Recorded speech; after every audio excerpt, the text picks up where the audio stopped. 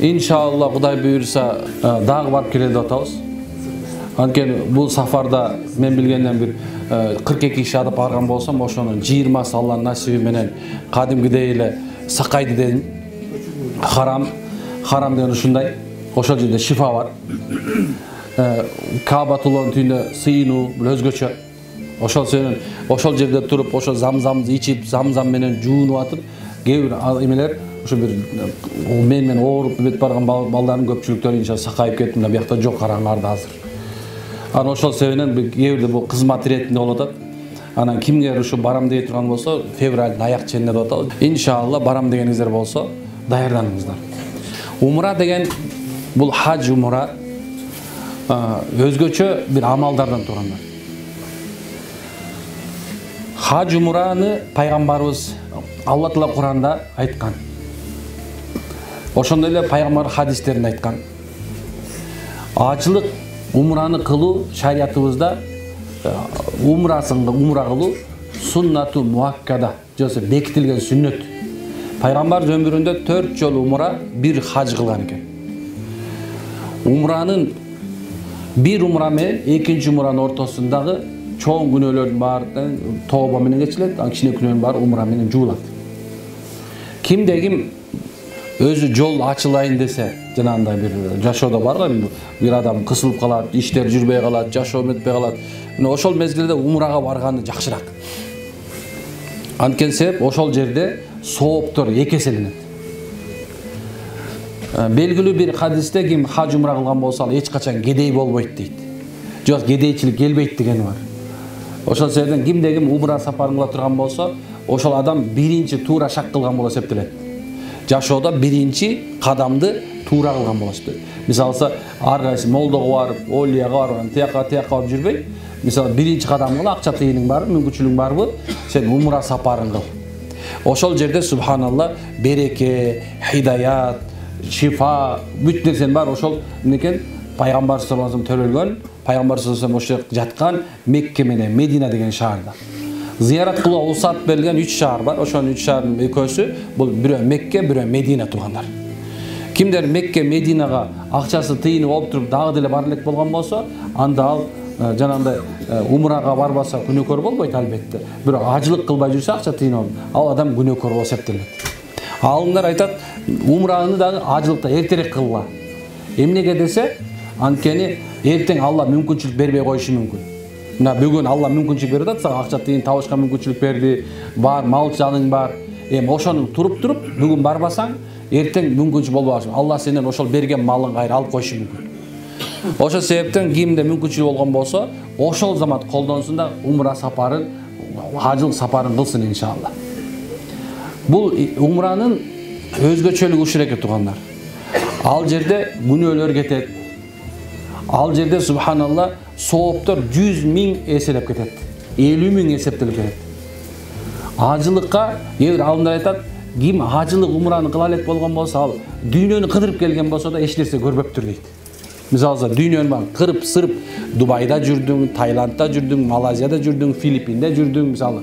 Эң жанагындай эс ала турган жерлер болот азыр. Европада жүрдүң, мисалы, Америкада жашап келдиң керек болсо, бирок эгер сен умра ажылыкта Мекке, Мединага бар элек болгон болсоң, анда субханалла сен эч нерсе көргөн эмес экенсиң дейт. Анткени эң жакшы саякат бул ошол хаж умрада. Эң жакшы жүрүү, эң жакшы акча коротунун жайы хаж умра. Ким ушуларды мүмкүнчүлүк болгон болсо, биринчи ошол жерге барсын. Анткени дүйнөнү ошол жерден көрсөң болот. Дүйнөнү дагы, дүйнөгө көңүл бурбаганды да көрсөң болот. Ушундай тургандар. Ошол себептен иншалла баардыгыбыздан ниет коелу. Ким умрага бара турган болсо. Мен айтайын деген нерсе ошо, кээ бирде айтат экен, бара электе бир арман, барып келгенден кийин 1000 арман дейт. Биринчи бара электен мурун барсам деп жүрөт, дегдеп жүрөт. Эми барып кайра келгенде аттиң кап бу жерде момча кылсам болмок экен, бу жерде уктабай эле койсом болмок экен, бу жерде ушинтпей эле койсом экен деп ыйлап, ойлонбогон адам болбойт. Эми Мекке бире барып алган адам ал жерде сүйбөй койбойт. Кайра эле баргысы келе берет. Ал жер тарта берет адамды. Анткени мындай, эгерде азырча мени мындай түшүндүрө турган болсом, миллиондогон адам, я Алла, я Rabbi, ey menin жаратуучум, ey menin кожоюнум деп кол көтөрүп турган жер. Ал жерге 120 рахмат төгүлүп турат. Жөнөкөй рахмат эмес. Алланын 120 рахматы төгүлүп турат Каабанын үстүнө. Ошо рахмат төгүлүп жүргөн эң таза жер. Ал жерде адамдар эң күнөөкөр адам барып таза болот иншалла. Эң күнөөкөр адам барып туруп да хидаят табат. Ал жерде керек болсо ушунчалык бир фазилет бар. Мисалы жана Замзам сууну 200 адам той иче албайт. Билип койсоң болот. Сакалың момундай көйнөң узун болсо деле, барып туруп Замзамды көтөргөндө эле бир стакандан ары иче албайсың. Мына ушундай. Ким экенин билип коесуң. Баягыда ушул эмет бар да, жана Замзам уктум эле устаз, Замзамды кандай ичебиз, кандай той ичиш керек, боягыңды жана сүйөгүңдү тээп калсын дедим да. Сүйөө бар го, сүйөнү иче тээп калыш керек. Ушунчалык кулчулап. Анан уста ичкенден коркуп атам, мобдет менен колуман титирейт, иче албайт да. Эмне болдусуң? Десем айтат, азыр ушуну ичип турганда экинчисин иче албай калсам, Алланын алдында мен ким экенин билинип калат. Машалла, ниетиң оңдо.